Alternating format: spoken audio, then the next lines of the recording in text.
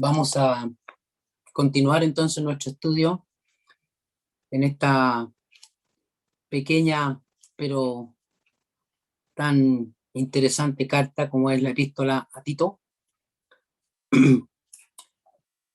Y vamos a leer ahora en el capítulo 2. El desafío es que ustedes puedan seguir indagando en varias de las cosas que consideramos de pasada en el día de ayer y que también en el día de hoy vamos a ver, tal vez no con la profundidad que tal vez se debería, pero mi propósito es dar una panorámica, una visión, para también estimular el apetito por la palabra, el conocer más de lo que Dios ha revelado a nosotros, y especialmente esto que decíamos en el día de ayer, como lo que habla en el versículo 1, la verdad que es según la piedad. Dios nos ha revelado su palabra con el propósito de que vivamos vidas piadosas, vidas centradas en Él. Eso es lo que significa la piedad, perteneciente a Dios. Qué privilegio haber experimentado el poder transformador de la gracia, pero qué responsabilidad vivir vidas piadosas como Él espera. Y para eso nos rescató. Y vamos a leer entonces aquí en el capítulo 2 de la epístola a Tito. Dice: pero tú habla lo que está de acuerdo con la sana doctrina. Que los ancianos sean sobrios, serios, prudentes, sanos en la fe, en el amor, en la paciencia. Las ancianas asimismo sean reverentes en su porte, no calumniadoras, no esclavas del vino, maestras del bien, que enseñen a las mujeres jóvenes a amar a sus maridos y a sus hijos, a ser prudentes, castas, cuidadosas de su casa, buenas, sujetas a sus maridos, para que la palabra de Dios no sea blasfemada. Exhorta asimismo a los jóvenes a que sean prudentes, presentándote tú en todo como ejemplo de buenas obras, en la enseñanza mostrando integridad, seriedad, palabra sana e irreprochable, de modo que el adversario se avergüence y no tenga nada malo que decir de vosotros. Exhorta a los siervos a que se sujeten a sus amos, que agraden en todo, que no sean respondones, no defraudando, sino mostrándose fieles en todo, para que en todo adornen la doctrina de Dios nuestro Salvador. Porque la gracia de Dios se ha manifestado para salvación a todos los hombres, enseñándoos que renunciando a la impiedad y a los deseos mundanos, vivamos en este siglo sobria, justa y piadosamente, aguardando la esperanza bienaventurada y manifestación gloriosa de nuestro gran Dios y Salvador Jesucristo, quien se dio a sí mismo por nosotros para redimirnos de toda iniquidad y purificar para sí un pueblo propio, celoso de buenas obras. Esto habla y exhorta y reprende con toda autoridad. Nadie te menosprecie. Hasta ahí vamos a llegar con la lectura de la palabra. Dios nos habla por medio de su palabra a nosotros a través de esta ventanita que abre para que miremos una isla pagana, la isla de Creta, pero en esa isla había cristianos, había iglesias. Por lo que nos dice el versículo 5, en cada ciudad seguramente había grupos de creyentes, lo que llamamos nosotros las iglesias locales. Personas que habían sido atraídas al conocimiento del Señor, producto de la obra de Dios, la obra del Señor Jesucristo y la obra del Espíritu Santo. Esto es lo que vemos aquí en esta epístola. En el versículo 11 del capítulo 2, dice que la gracia de Dios se ha manifestado para salvación a todos los hombres. La gracia de Dios, el favor inmerecido de Dios, ahí está. Pero luego, en el versículo 14, se habla de, en el 13 y 14 dice, nuestro gran Dios y Salvador Jesucristo. Jesucristo, el gran Dios y Salvador, quien se dio a sí mismo por nosotros para redimirnos o para rescatarnos de toda iniquidad y purificar para sí un pueblo propio, celoso de buenas obras. La obra del Señor Jesucristo. La redención obrada en aquella cruz a favor de nosotros como pecadores y a favor de aquellos cretenses cuya vida era una vida muy lamentable, como era la vida que nosotros también vivíamos antes de conocer a Cristo. Tal vez unos más, otros menos, más en el barro que otros, pero aún así afectados por nuestro pecado.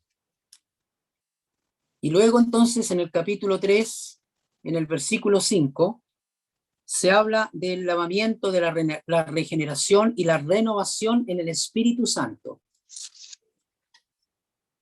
Dios Padre, Dios Hijo y Dios Espíritu Santo actuando en beneficio de aquellos cretenses que no son muy diferentes de nosotros como sociedad. Descrito en el capítulo 1 por uno de los propios cretenses, como veíamos ayer, lo que es la vida, la conducta, el carácter de aquellas personas, en el versículo 12 descritos como siempre mentirosos, malas bestias o crueles, glotones ociosos. Solo reciben y no dan. Pero la epístola a Tito es una epístola en la cual somos exhortados a vivir piadosamente haciendo buenas obras. La sociedad en que vivimos está muy llena de personas que hacen el mal. Gente que uno no entiende cómo pueden vivir de la manera que viven y también dañando y haciendo el mal a otros. No es propio de nuestro tiempo, ha sido a través de toda la historia humana. Pero tenemos otro grupo de personas que se conforman con no hacer mal a nadie y dicen, bueno, yo trato de hacer lo mejor posible y no le hago mal a nadie. Ojalá que los creyentes no seamos ninguno de esos dos grupos de personas, sino seamos del grupo de personas que procuran hacer el bien, que hacen el bien, que buscan hacer el bien. Recuerden lo que el apóstol Pablo dice a los Efesios cuando dice, nos salvó no por obras, para que nadie se gloríe. Somos salvos por fe. Y la salvación es un don de Dios que viene por la fe. pero somos salvos para buenas obras. Estas buenas obras que, de las cuales esta epístola nos habla. Y allí llegamos. Hasta ahí llegamos en el día anterior y quise establecer una diferencia entre dos expresiones que creo que nos pueden ayudar, porque si bien están entrelazadas en las citas que encontramos en los 3 capítulos, voy a poner el diagrama nuevamente, voy a ponerlo allí para que veamos las oportunidades en que aparece estas buenas obras allí en la epístola a Tito. Por favor, confírmenme si pueden ver el diagrama ahí que está puesto, o por lo menos pretendía haberlo puesto. ¿Se ve? Se ve perfecto, hermano. Alguien que me diga. ¿Ah? ¿Sí? Se ve muy bien. ¿Se ve? Ok, ya, muchas gracias. Bueno, en ese sector con letra verde dice toda buena obra, toda buena obra. Cada una de estas líneas o filas, podríamos decir filas horizontales, nos dan una visión, una perspectiva de lo que contiene la epístola, ¿no? Las columnas verticales son los 3 capítulos, ¿m? Pero las filas horizontales nos hablan de diferentes verdades que son mostradas a través de esta epístola. Toda buena obra, realmente eso es algo que destaca en esta carta. La experiencia de la vida piadosa manifestada en diferentes ámbitos. Por ejemplo, si en el capítulo 1, ahí en la fila superior a toda buena obra, donde puse piedad en la iglesia, luego piedad en el hogar y luego piedad en la sociedad o en el mundo, ¿no? Ahora, eso de la piedad en la iglesia es, podríamos decir, alguien podría, es algo relativo. ¿Por qué? Porque si bien ahí tenemos las cualidades de los ancianos o de los presbíteros o los obispos, la palabra griega es episkopoi, o los pastores, la palabra griega es poimen, las 3 palabras que se utilizan para describir a estos líderes que no son como los líderes humanos, son como, el líder es el que va adelante, ¿no? Pero el que va adelante es aquel que es seguido por aquellos otros que ven su testimonio, su ejemplo, ¿ah? Y por eso que cuando el apóstol Pablo escribe a Tito, y en el capítulo 2, versículo 15 dice, esto habla, exhorta y reprende con toda autoridad, dice, nadie te menosprecie. ¿Y de qué depende la autoridad de estas personas, que son los modelos que tenemos en las Escrituras, modelos de piedad, modelos de buenas obras, modelos de madurez, que son los pastores, en plural, ¿no? En las Escrituras, o los sobreveedores, o los ancianos, en plural, en el modelo bíblico. No un pastor, no el pastor, sino varios. ¿De dónde viene esa autoridad? Aquí está la pauta, ¿no? En el versículo 7 del capítulo 2 de Tito dice, presentándote tú en todo como ejemplo de buenas obras. Y en la enseñanza mostrando integridad, seriedad, palabra sana e irreprochable, de modo que el adversario se avergüenza y no tenga nada malo que decir de vosotros. La autoridad bíblica es una autoridad basada en el ejemplo. No es el autoritarismo humano. No es el autoritarismo que también es hasta satánico. Es la autoridad sobre la base del ejemplo de uno que es siervo y que sirve a aquel que no vino para ser servido, sino para servir. Nuestro Señor Jesucristo, el modelo supremo. Y por eso entonces que toda esta epístola está saturada de el hecho de que Dios espera, de la verdad del hecho de que Dios espera que nosotros vivamos vidas piadosas, manifestando nuestra piedad a través de vidas diferentes, de vidas que puedan ser un buen modelo para otros, un buen ejemplo. Y por eso entonces que cuando da estas cualidades en el capítulo 1 de aquellos líderes de la iglesia local, hace énfasis en el carácter, en su carácter personal, íntimo, en su vida personal, en su vida familiar y luego en su vida social. Todas estas cualidades que tenemos nos hablan de una persona piadosa, de una persona madura, de una persona no centrada en sí mismo, una persona realmente a la cual todos y cada uno de nosotros deberíamos aspirar.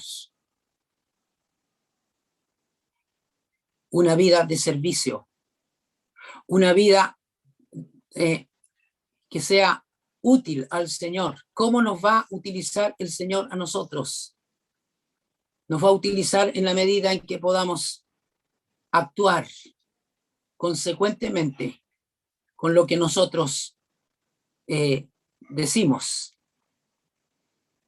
que seamos realmente, no como aquellos de los cuales denuncia el apóstol Pablo cuando habla en el capítulo 1, versículo 16, aquellos que profesan conocer a Dios, pero que con sus hechos lo niegan. Es muy doloroso, es muy lamentable conocer personas que dicen conocer a Dios y con sus hechos no niegan. Y uno de los grandes problemas, una de las grandes dificultades que tenemos para el avance del Evangelio es precisamente el que haya muchas personas que profesan conocer a Dios, que dicen ser de Cristo, pero con sus hechos lo niegan. Qué diferente es lo que Dios espera de nosotros. Y esto se manifiesta en nuestra vida personal, en nuestra vida íntima. Que seamos las mismas personas en las reuniones de la iglesia o en estas reuniones Zoom o en nuestro contacto con otras personas a través de las redes sociales, de lo que somos íntimamente. Que no seamos una persona en un ambiente y otra persona en otro. ¿Saben? Si hay algo muy triste, es cuando a uno le comentan que hay creyentes que publican en las redes sociales, Facebook, Instagram u otras redes sociales, cosas que a uno le avergüenzan. ¿Cómo puede un hijo de Dios publicar en el muro o darse a conocer en el muro de una manera tan diferente como lo que uno aprecia en las reuniones? Qué contradicción más grande. Dios espera que vivamos una vida auténtica, una vida honesta, en la presencia de Dios, la presencia de la sociedad en que nos desenvolvemos. Allí en el capítulo 2 está la piedad en el hogar.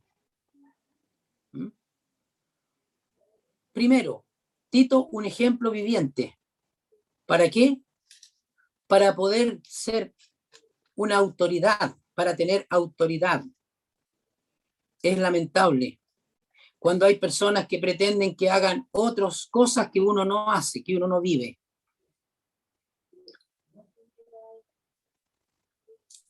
De esa manera, hay personas que son menospreciadas porque claramente uno puede apreciar que no actúan de acuerdo a lo que dicen, que no viven lo que predican. Y eso es algo muy lamentable. De eso el enemigo se ha aprovechado para alejar a tantas y tantas personas de la verdad. Y entonces este modelo de integridad, de seriedad, que está mencionada a través de estos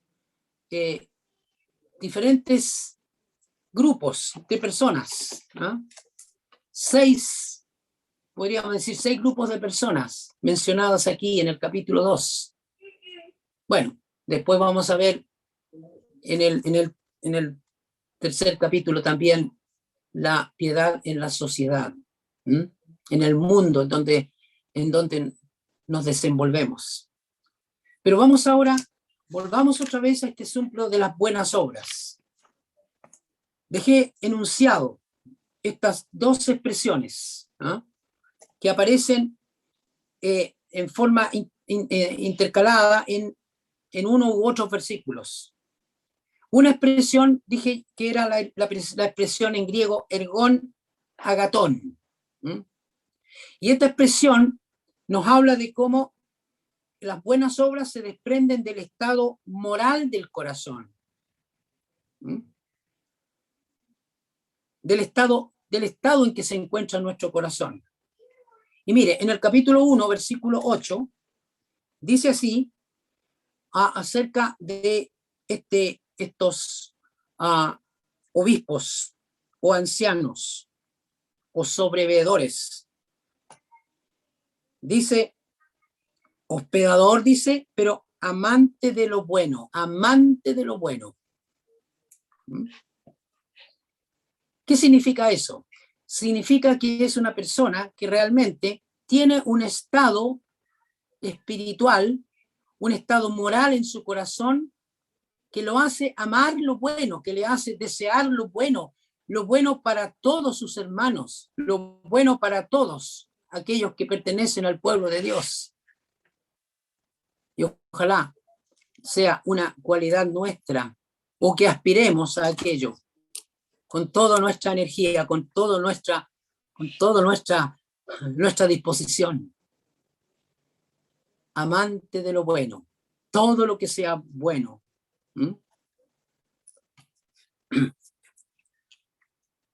Qué importante, qué fundamental.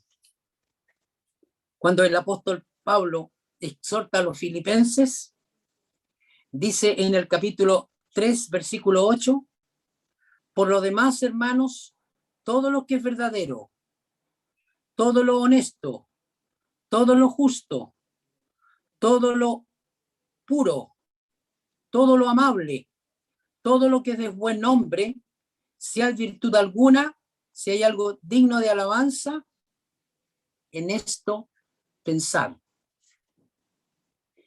Parte por el pensamiento. Y sabemos que el corazón, íntimamente, lo que es el corazón nuestro, es el centro de nuestros pensamientos, el centro de nuestra voluntad, el centro de nuestros afectos. Y realmente, si nuestro corazón está conectado con el Señor y está dependiendo del Señor, nosotros vamos a exhibir esta cualidad, esta característica, amante de lo bueno. Después, la misma expresión aparece en el versículo 16, cuando habla de personas reprobados en cuanto a toda buena obra. Estos que profesan conocer a Dios son reprobados en cuanto a toda buena obra. ¿Mm? Y esta misma expresión, entonces, podemos decir que esa buena obra se desprende del estado moral del corazón. ¿Y cómo va a ser bueno el estado moral del corazón si solamente profesan conocer a Dios, pero no son verdaderamente cristianos? Con sus hechos lo niegan.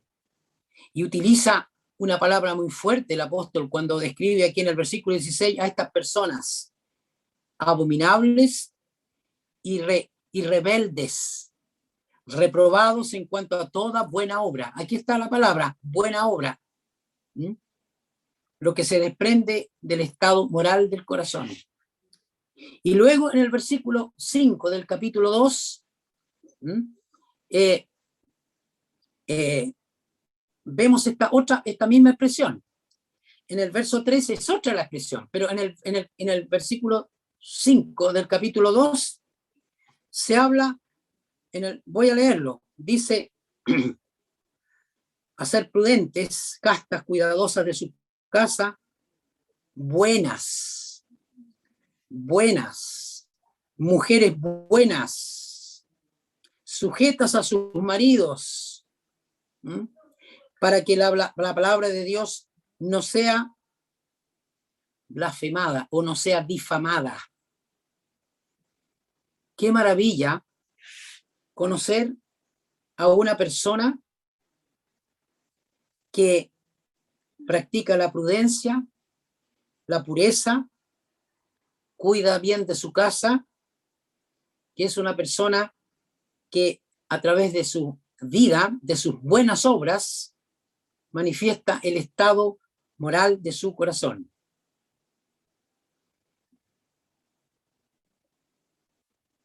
Estas personas, ¿cómo pueden llegar a ser buenas? Mire, han visto el buen ejemplo de otras.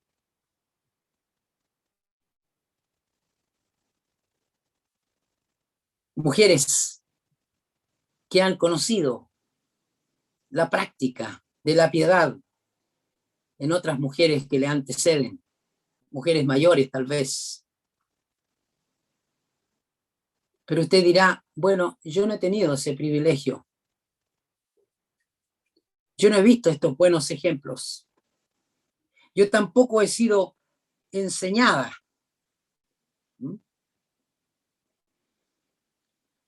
Como estas mujeres del versículo 5, que habían sido enseñadas por estas maestras del bien, como aparece en el versículo 3. ¿Es una excusa para no vivir una vida piadosa? En absoluto.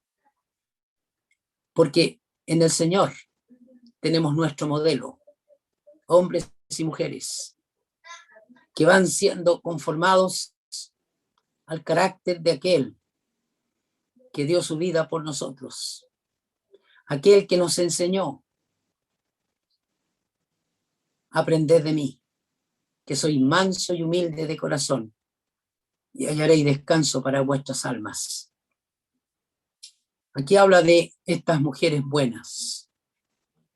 Y luego en el versículo 1 del capítulo 3, estoy siguiendo esta línea de pensamiento cuando aparece la expresión ergón agatón, esta bondad, estas buenas obras que se desprenden del estado adecuado, moral del corazón.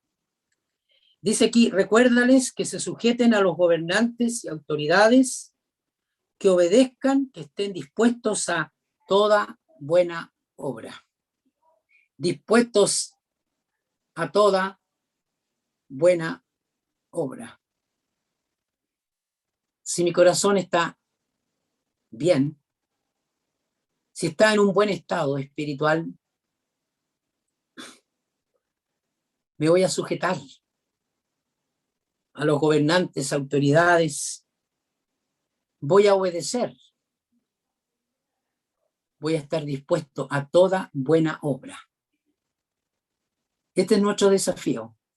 ¿Qué buena obra puedo hacer para con algún familiar que aún no tiene a Cristo? ¿Qué buena obra puedo hacer para un vecino, una vecina? ¿Qué buena obra puedo hacer para un compañero o una compañera de trabajo? ¿Qué buena obra puedo hacer para mi compañero de estudio? Para que él o ella pueda disfrutar de lo que yo estoy disfrutando en comunión con el Señor. Bueno, ahora, la otra expresión, como dije, están intercaladas allí en nuestra epístola, es la palabra ergon kalón, un acto loable, visible a los demás. Y de eso se trata. Se trata de no pasar desapercibido por los demás, sino que los otros vean algo en cada uno de nosotros que le hagan pensar, ¿y por qué actúa así conmigo? ¿Por qué me hace el bien?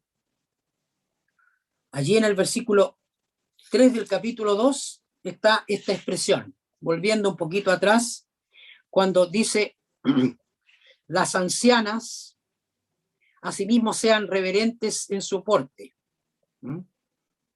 o reverentes en su estilo de vida. Eso es lo que quiere decir, ¿no? En su conducta, su manera de vivir, las haga verse como personas que se comportan de una manera adecuada. No calumniadoras, no esclavas del vino, dice, maestras del bien. Maestras del bien.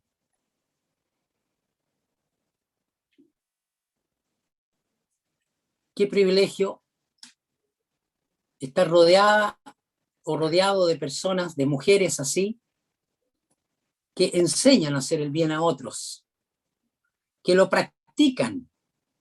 Y como lo practican, entonces están en condiciones de enseñarlo porque su vida exhibe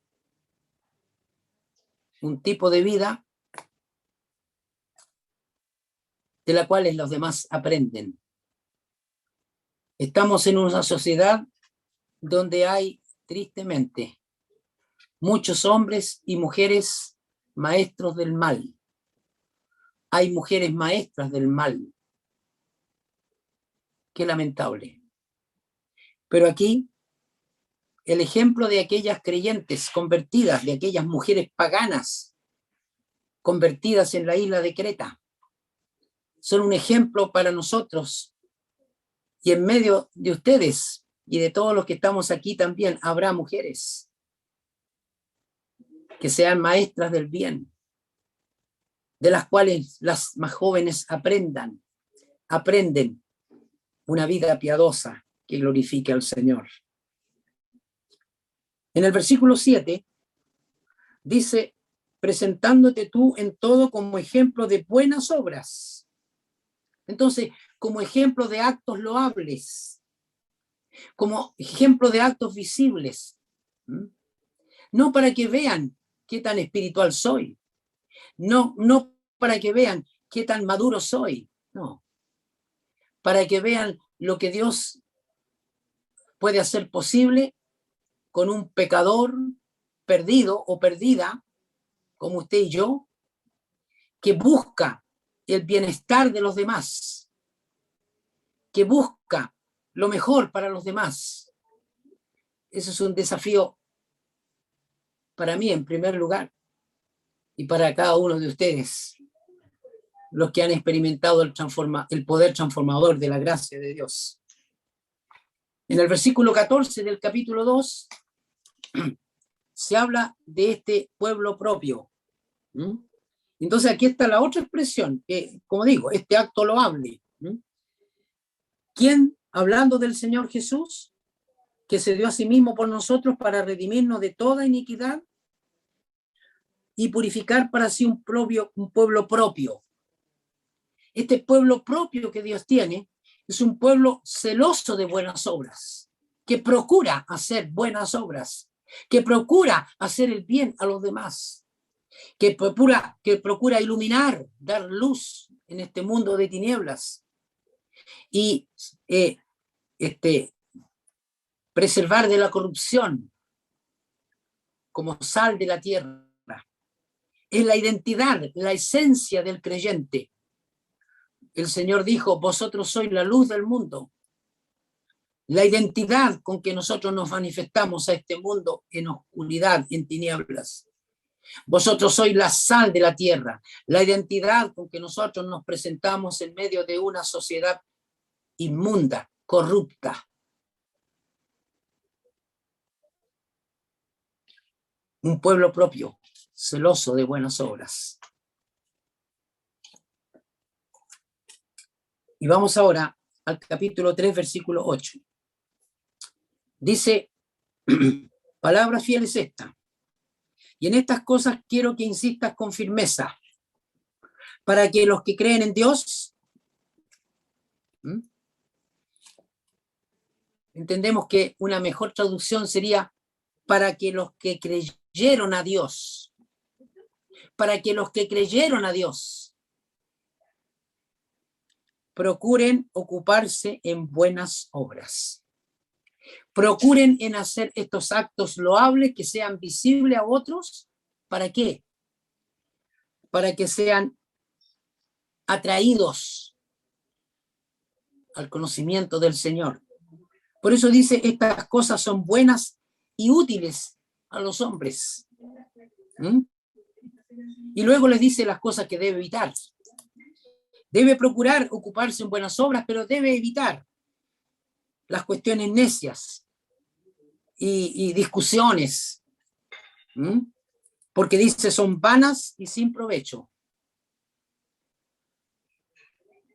Pablo exhorta aquí a Tito en esta epístola y exhorta a él, pero también a nosotros, para animarnos a las cosas que son buenas y útiles y evitar aquellas cosas que son vanas, vacías y sin provecho, no tienen ninguna utilidad. Qué lamentable es cuando nosotros no tenemos claro cómo ha de ser nuestro testimonio en este mundo que nos rodea. Y en realidad no hacemos las cosas buenas y útiles, sino hacemos tal vez cosas que son vanas y sin provecho.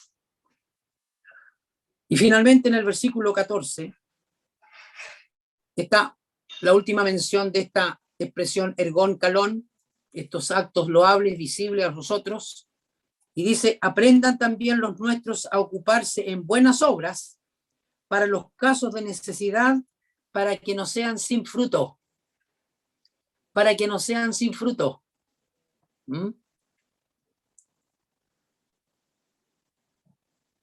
Aprendan a ocuparse en buenas obras, en acciones visibles para los demás, para dar fruto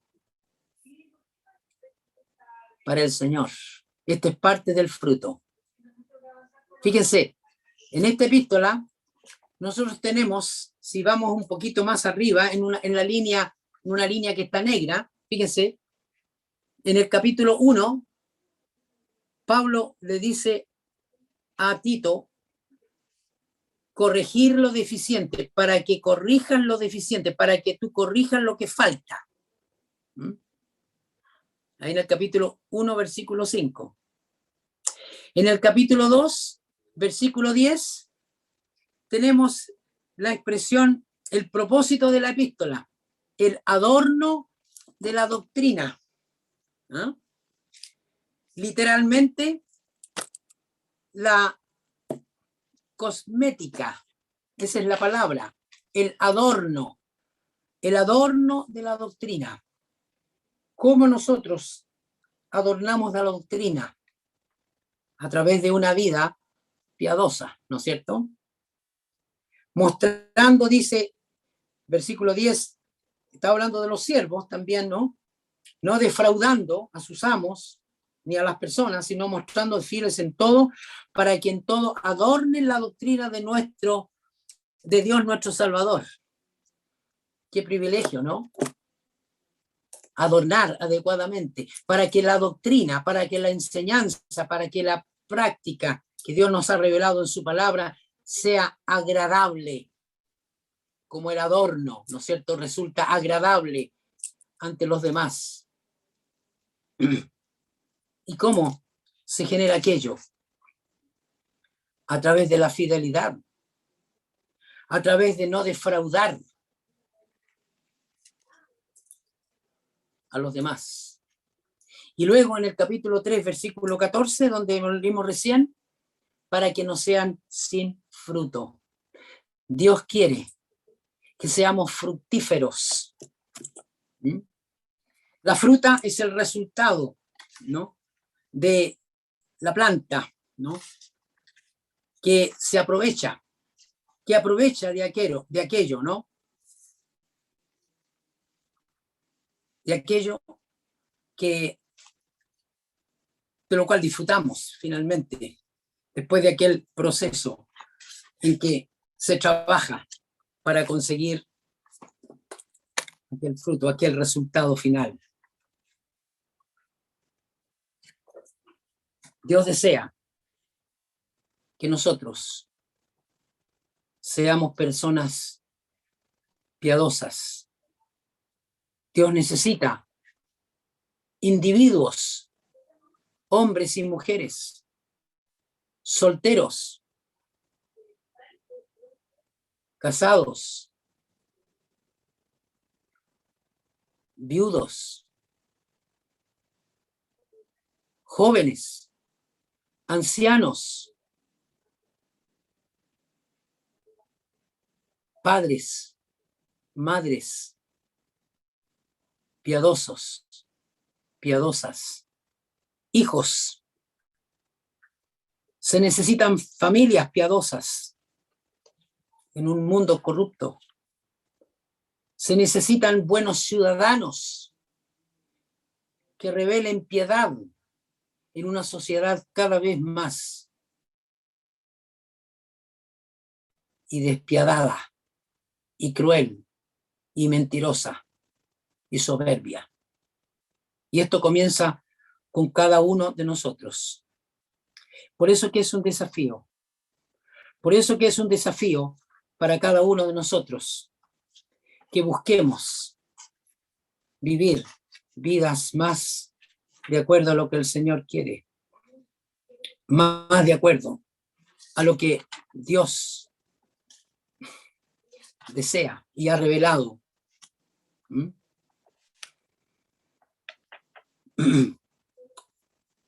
Dios, en su gran amor, nos ha revelado el misterio de la piedad. Dios fue manifestado en carne, dice la Escritura, ¿no? En 1 Timoteo. Dios fue manifestado en carne. Ese es el secreto por el cual se produce la piedad. El alma conducida a gozar de la relación con Dios y manteniendo esa relación de comunión con Dios, es una persona que realmente, identificándose con el Señor Jesucristo, va a vivir una intimidad basada en el temor, en la confianza, en la expectativa de la venida del Señor. Ojalá nuestra piedad no sea como la describe el profeta Oseas en aquellos tiempos de infidelidad que Dios menciona como parte de la experiencia de su pueblo en el Antiguo Testamento. Dice el profeta Oseas: ¿qué haré de ti? La piedad vuestra es como nube de la mañana y como el rocío de la madrugada que se desvanece. Qué lamentable que Dios tenga que enrostrar a su pueblo y decirle: su piedad es tan pasajera como nube de la mañana, como el rocío de la madrugada que se desvanece. Por eso entonces la Escritura nos muestra, nos enseña a través de esta epístola cómo nosotros, buscando la voluntad del Señor, obedeciéndole a Él, podemos vivir vidas que le glorifiquen.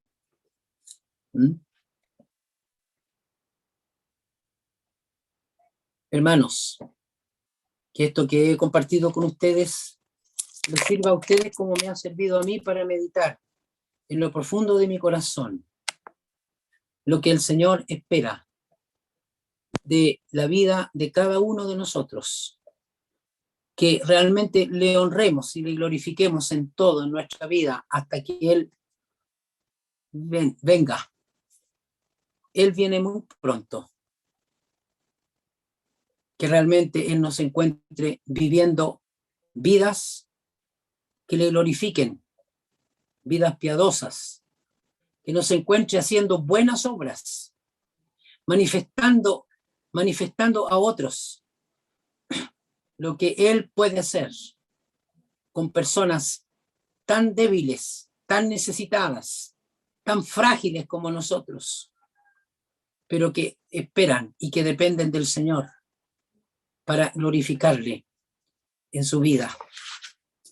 Este Tito, llamado Honorable, así es el nombre, es un nombre que ojalá pueda aplicarse a nosotros, personas que seamos honorables, que podamos ser personas piadosas, que viven para la gloria del Señor, y que podamos ser una buena ayuda, un buen ejemplo para otros que nos están observando en nuestro andar. Yo el primero, hermanos, es mi desafío personal y lo comparto con cada uno de ustedes. Les invito a que oremos, porque ya el tiempo ha pasado y hablemos con el Señor para concluir. Padre, gracias te damos por el Señor Jesús. Gracias por su ejemplo. Gracias porque en Él nosotros tenemos una inspiración muy grande, porque en Él nosotros vemos a aquel que nos dijo: aprender de mí. Y podemos aprender de Él en su vida, en su andar en este mundo, en su carácter manifestado hacia tantas personas con las cuales Él se encontró estando en este mundo. Te damos gracias, nuestro Dios, porque así como hemos leído en esta epístola, en esta carta, que nos estimula a una vida centrada en ti, una vida piadosa, quisiéramos rogar tu ayuda y tu dirección para lo que aún queda en este paso que aún estamos en este mundo, este tiempo que aún permanecemos, para que en todo podamos honrarte y glorificarte. Gracias, nuestro Dios, gracias por tu palabra, gracias por el ejemplo que tenemos en estos siervos tuyos, que nos dan cuenta de lo que es una vida para la gloria tuya, y a quienes tú utilizaste para llevar el conocimiento de la verdad a tantos otros. Ayúdanos y utilízanos a cada uno de nosotros para también ser un ejemplo de buenas obras, mostrando en todo integridad, mostrando en todo una vida centrada y en obediencia a tu voluntad. Padre, te damos gracias y nos encomendamos a ti en el nombre de aquel que nos ama y que nos lavó de nuestros pecados con su sangre, nuestro glorioso y bendito Señor Jesucristo. Amén.